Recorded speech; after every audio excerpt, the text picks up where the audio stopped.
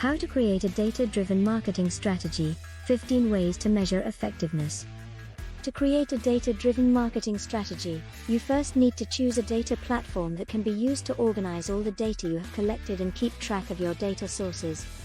Depending on your objectives, you might need to develop a team or leverage in-house or external resources to help you extract information and gain insights from the data.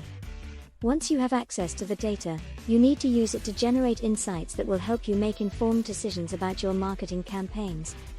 A good data platform may have these capabilities built in, so you may not need to do any additional work. However, if you want to generate more detailed insights or if you want to analyze your data in separate ways, you will need to use tools like analytics software. After you have selected your channels, it's time to put together your plan of action.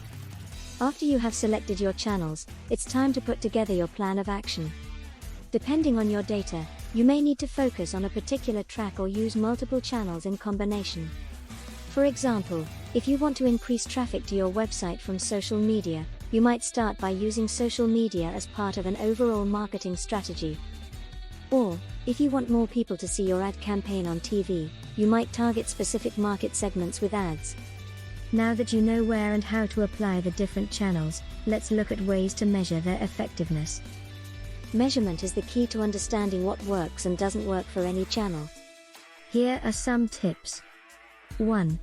Measure conversions. This will tell you whether a channel is helping your business.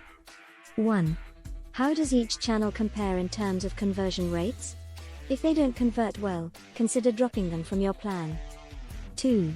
Measure engagement. It tells you which channels keep customers engaged. 2. You can then determine whether the customer participates because of the channel or your product offering. 2. This can help determine if you should keep investing resources in these channels. 3. Measure ROI will show you how much money each channel generates for your company. 3. It also shows you which channels are working better than others and which ones aren't providing value to your company. 4. Measure brand awareness. This will give you an idea of what consumers think about your company. 4. It will also show you what consumers think about your competitors. 4. Knowing this gives you insight into what messages you should share through your channels. 5. Measure performance. This will show you precisely what people are clicking on when they visit your site, what links they click on, and what pages they spend the most time on. 5. This data will allow you to optimize your site for maximum efficiency. 6. Measure sentiment allows you to gauge consumer opinions about your company and industry. 6. It will also help you understand whether there are any negative perceptions about your brand. 7. Measure reach. This helps you understand how many people view your content across platforms such as Facebook, Twitter, Pinterest, etc. 8. Measure frequency. This tells you how often your audiences interact with your content. 8. It will also tell you how frequently they share your posts. 8. This is important because it gives you a sense of how valuable your content is to other companies' content. 9.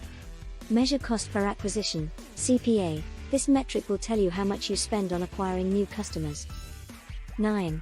It's helpful to know if one channel is costing more than another. 9. For example, if Facebook costs less than Google AdWords, you won't necessarily want to use Facebook. 10. Return on investment, ROI, will show you each channel's monetary impact over time. 10. It will also help calculate your total return on investment, ROE. 11. Measure lifetime value. This will show you the average profit per user for each channel. 11. It will also help determine whether users who come through a particular medium are worth buying from. 12. Measure quality. This will show whether your content is being shared and viewed by the right people. 12. A high-quality audience means reaching the right audience members and retaining them. 13. Measure time spent. Track how long visitors stay on your website and how long they browse around before leaving. 13. Understanding this information will help you identify which parts of your site need work and which don't. 14. Measure bounce rate. This will show where people exit your website quickly. 14.